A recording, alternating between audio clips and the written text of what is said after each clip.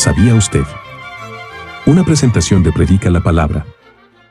¿Sabía usted que cuando Jesús dijo en Lucas 21, 3-4, en verdad os digo que esta viuda pobre echó más que todos?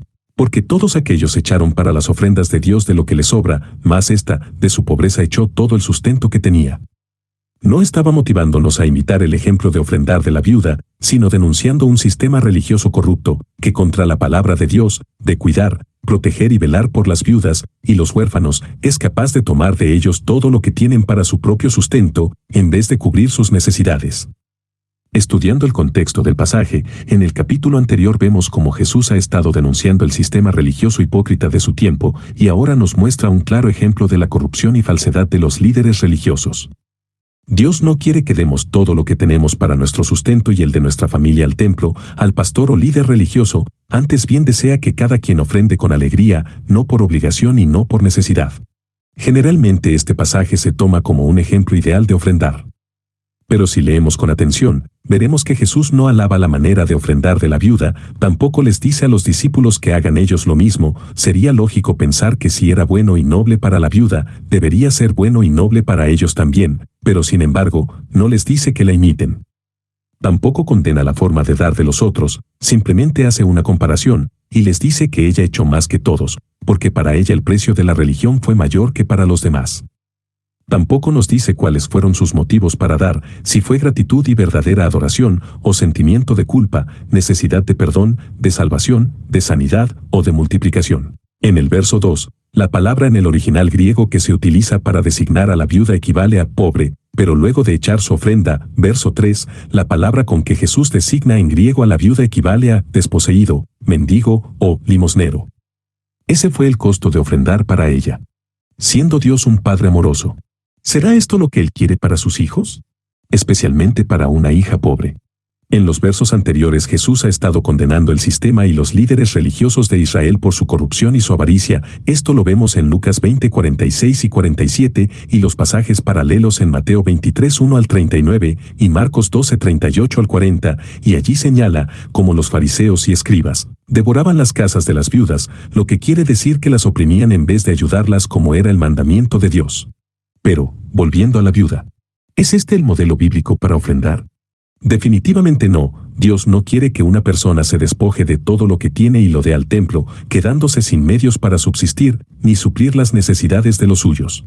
Al contrario, Dios se agrada más en la obediencia que en las ofrendas, sacrificios. El parámetro bíblico para darlo encontramos en 2 Corintios 9:7, cada uno de como propuso en su corazón, no con tristeza, ni por necesidad, porque Dios ama al dador alegre. Jesús le pidió al joven rico que fuera, vendiese todo lo que tenía y diera su dinero a los pobres, y luego regresara con él y le siguiera, Mateo 19:21, porque sabía que este joven amaba más las riquezas que a Dios, pero frente a otro hombre rico, no le pide que haga nada, simplemente le habla de Dios y su reino, y este hombre llamado Zaqueo decide dar la mitad de sus bienes a los pobres y restituir 4 veces más a quienes había defraudado, Lucas 19:8. En ninguno de los dos casos se menciona que Jesús les pidiera dinero para él o los discípulos, tampoco les pide que lo den al templo. Dios no nos pide todo lo que tenemos, antes bien, desea que cada creyente aprenda a ser piadoso primero en su propio hogar, y esto se refiere a que cubra las necesidades de los suyos antes que las del templo, iglesia o las personas de fuera, 1 Timoteo 5:4. También nos dice que quien no provee para los suyos, y mayormente para los de su casa, ha negado la fe y es peor que un incrédulo, 1 Timoteo 5:8. También nos manda honrar padre y madre, y esto no se refiere solamente a obedecer, sino a suplir sus necesidades. Los fariseos habían invalidado el 5º mandamiento, honrarás padre y madre, en su propio beneficio, diciendo a las personas que estaba bien si decían a sus padres que todo aquello con que podrían ayudarlos para su sustento era una ofrenda a Dios, y entonces ya no tenían obligación de honrarlos, proveer para ellos. Jesús los reprende por esta actitud hipócrita de abierta desobediencia a Dios, Mateo 15, 3 al 9. ¿Cuál es la actitud y el mandamiento de Dios con respecto a las viudas? Definitivamente no es que den todo lo que tienen para su sustento. Si no ese es el mandamiento para cualquier creyente, mucho menos sería para una viuda. Dios es protector de los huérfanos y las viudas y desea que los creyentes tengan la misma actitud.